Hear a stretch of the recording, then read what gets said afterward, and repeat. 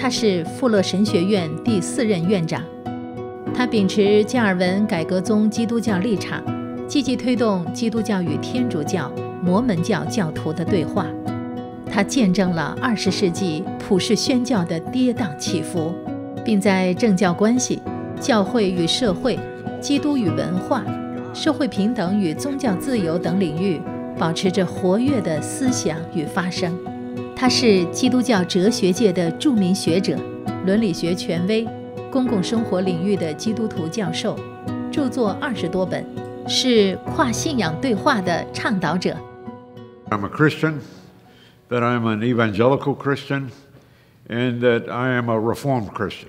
And it's really Reformed theology that has most shaped the way I think about God and God's relationship to the world. I've spent a lot of time playing around in my thought between commonness, what we share as human beings as such, but also the difference that the gospel makes in our understanding of the big issues of life. 他通过写作来回应变化的时代。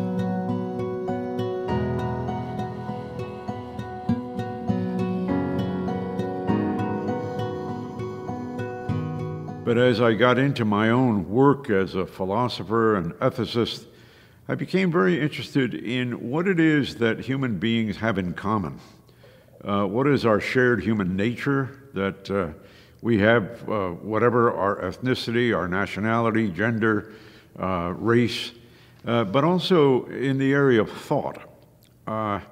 Can we look to people who are not Christians and expect to learn from them? And so for me, the teaching of Abraham Kuyper, the doctrine of common grace, as well as understanding the opposition, the antithesis. 理查德·毛在加尔文大学担任基督教哲学教授长达17年，他还担任过阿姆斯特丹自由大学客座教授，之后在富勒神学院被任命为基督教哲学和伦理学教授，后当选为富勒神学院的院长长达20年，直到2013年退休。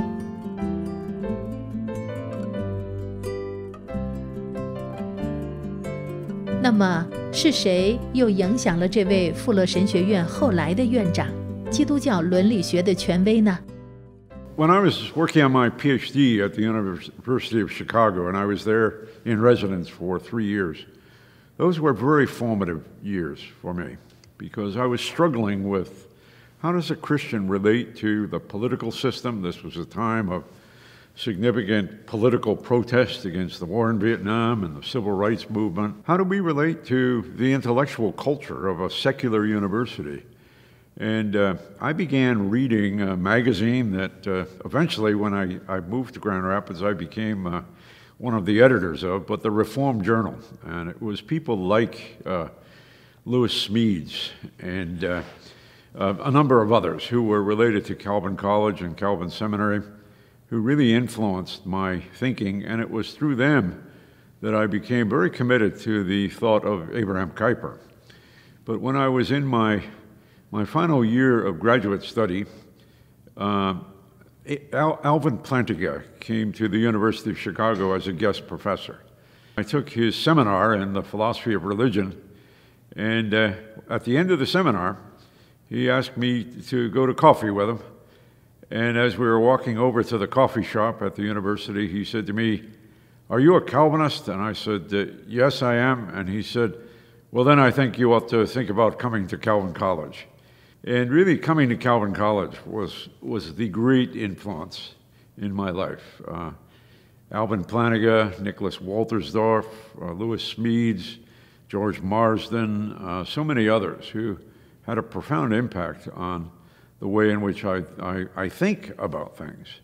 And when I went off in 1985, after 17 years here at Calvin College, I saw myself as taking what I learned at Calvin College and bringing it to a broader evangelical community.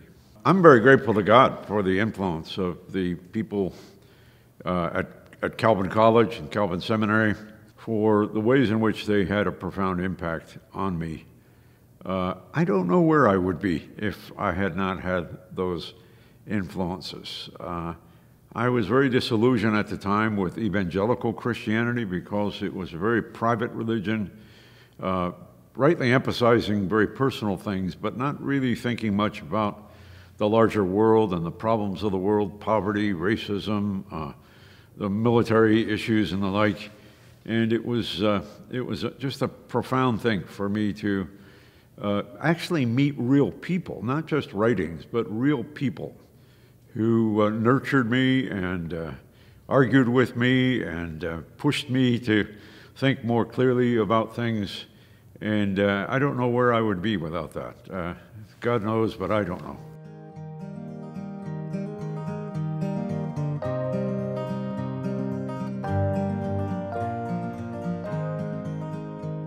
When I taught in the philosophy department at Calvin College for 17 years, every Tuesday afternoon we meet for a couple of hours. And if we were writing on something, we would have people read it ahead of time and we would critique each other. And we had a lot of good arguments. It wasn't just friendly. It was tough intellectual challenges that we had. But what was wonderful too is that people wanted to talk to each other, and not just about their narrow specialties, but about the big issues of what is Christian philosophy? How do we relate faith and science? How do we think about the larger patterns of culture, film and theater and the arts and business life and higher education in general? And there was just an eagerness to talk together about those things. And the academic life has its lonely moments as well. I'm trying to write a book right now, and I sit for a couple hours staring at my laptop screen, trying to figure out how to write the opening paragraph. I mean, that's lonely work, and there's no way of getting around that. But it's wonderful to have people who support you in that, that you know that they pray for you in that. But there's a loneliness in the academic life that ought not to be, and that is the loneliness of trying to please God and not have anyone to talk to, not have any kind of support system. And so even for scholars at non-Christian colleges and universities, I think it's important that there be networks of Christian scholars who periodically get together and exchange ideas, argue with each other, because I think arguing, it's iron sharpening iron. I think arguing with each other is very important. So one of the great joys of my life has been experiencing academic community in a Christian context.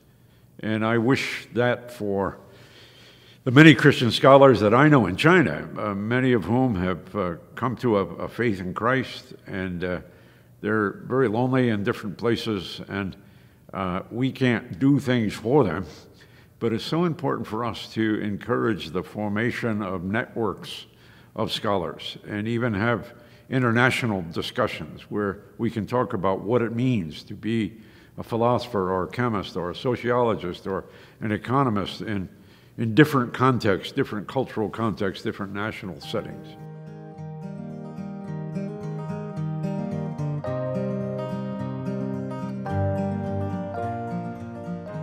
Well, there are many needs of our time, and some of them I think Christian academics can address. I think one is, how do we talk with people with whom we disagree in other settings, such as in China? How do we talk to persons who are of the Confucian way of life? How do we talk to Buddhists? How do we talk to Muslims? People of the folk religions, and these are very important. How do we think about Christian citizenship? Not just this or that specific challenge, but how do we understand who we are as followers of Jesus Christ in a specific national context? What does it mean to be a citizen in California in the United States? What does it mean to be a Christian citizen in Nanjing or in Harbin?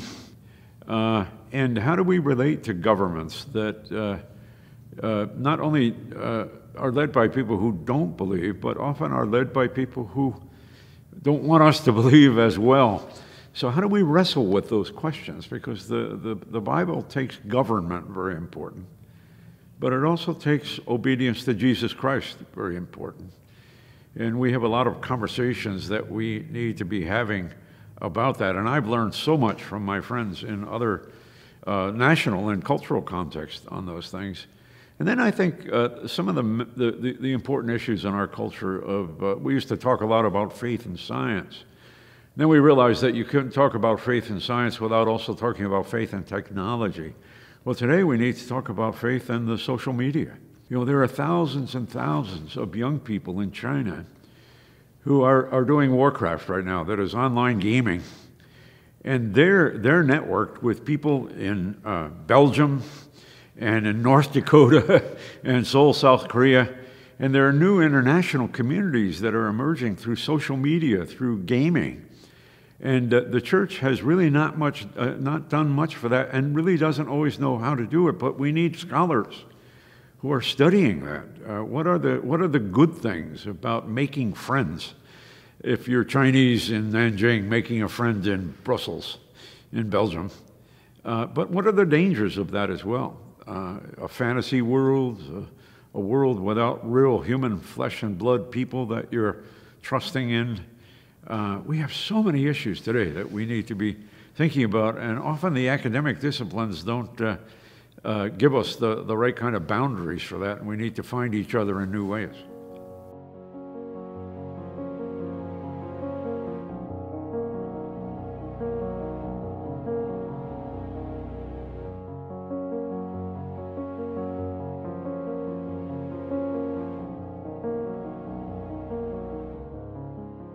I have two grandsons, one of them a student now at Calvin College, another one still a student in a public high school in Little Rock, Arkansas. In their high school years, they have had Muslim friends.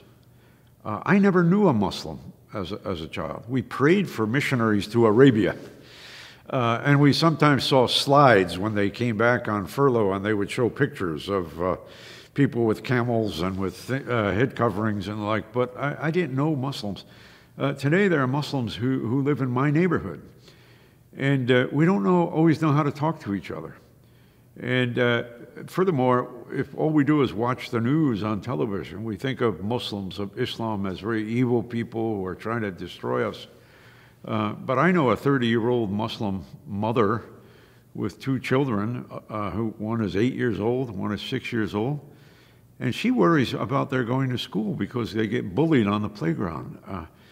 That's a kind of interfaith conversation. Mothers need to be talking to mothers, and fathers and mothers talking to other parents, and neighbors need to talk to each other.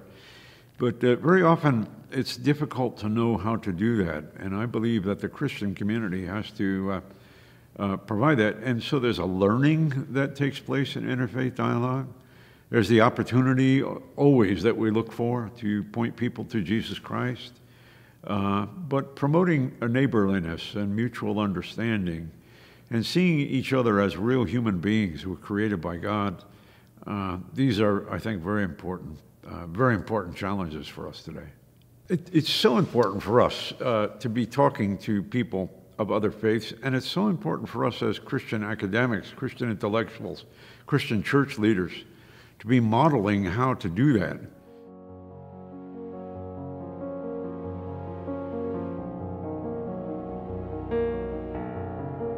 I wrote a book several years ago on civility, and I got the idea for writing a popular book on civility from a wonderful line that I read in a book by Dr. Martin Marty, the great Lutheran theologian from the University of Chicago, who said, a lot of people today who are civil don't have very strong convictions, and a lot of people who have strong convictions aren't very civil. We need to have convicted civility.